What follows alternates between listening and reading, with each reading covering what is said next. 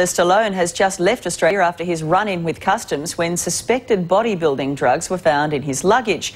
He was in the country to promote Rocky Balboa, a movie his own family didn't want him to make. Before leaving the country, he spoke to Richard Wilkins. To beat this guy, you need speed. You don't have it. And you got arthritis in your neck, and you've got calcium deposits on most of your joints.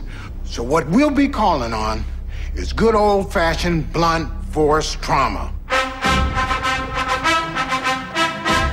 It's the comeback of the century. Sylvester Stallone pulling the gloves back on for one last fight. What is keeping him up, Bill? I don't know. It's been 30 years since Rocky Balboa first hit the big screen.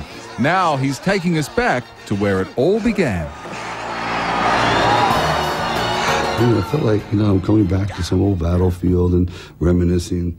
And I thought, well, if the audience can get behind that too, then I've succeeded in kind of taking them through this nostalgic trip, which in the end, we really don't learn all the lessons until sometimes it's too late to apply them. But it ain't about how hard you hit. It's about how hard you can get hit and keep moving forward. How much you can take and keep moving forward. That's how winning is done. Like every actor, like every artist, your career has had highs and lows. You noticed. Rocky's got to be an all-time high, though, huh? Well, it's the greatest thing that ever happened. Early on in my career, I went, oh, God, did I peak too soon? I guess maybe I did, because it was just such a rare occurrence. And to be able to bookend it, it's amazing. I want it tighter, tighter, tighter. But for the champ, it wasn't easy jumping back in the ring. It took him 6 years to convince investors, fans, and even his own family to let him go another round. He's getting old.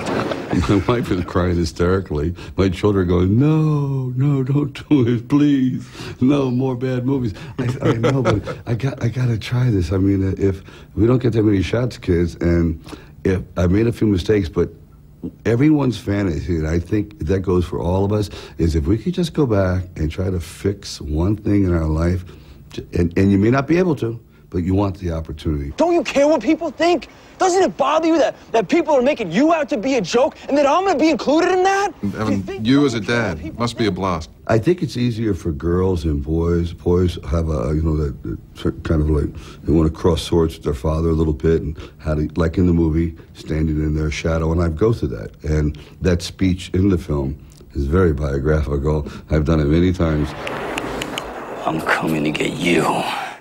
And if one resurrection wasn't enough to drive his family mad, Stallone is about to start shooting Rambo #4, another massive physical challenge. And the shape you're in. I mean, we're all sitting in the movie, sucking our guts out, and look at you. What are you, 60 or something? And you're mad. Yeah, 6'0". Actually, I was probably 59.5 when I did the film.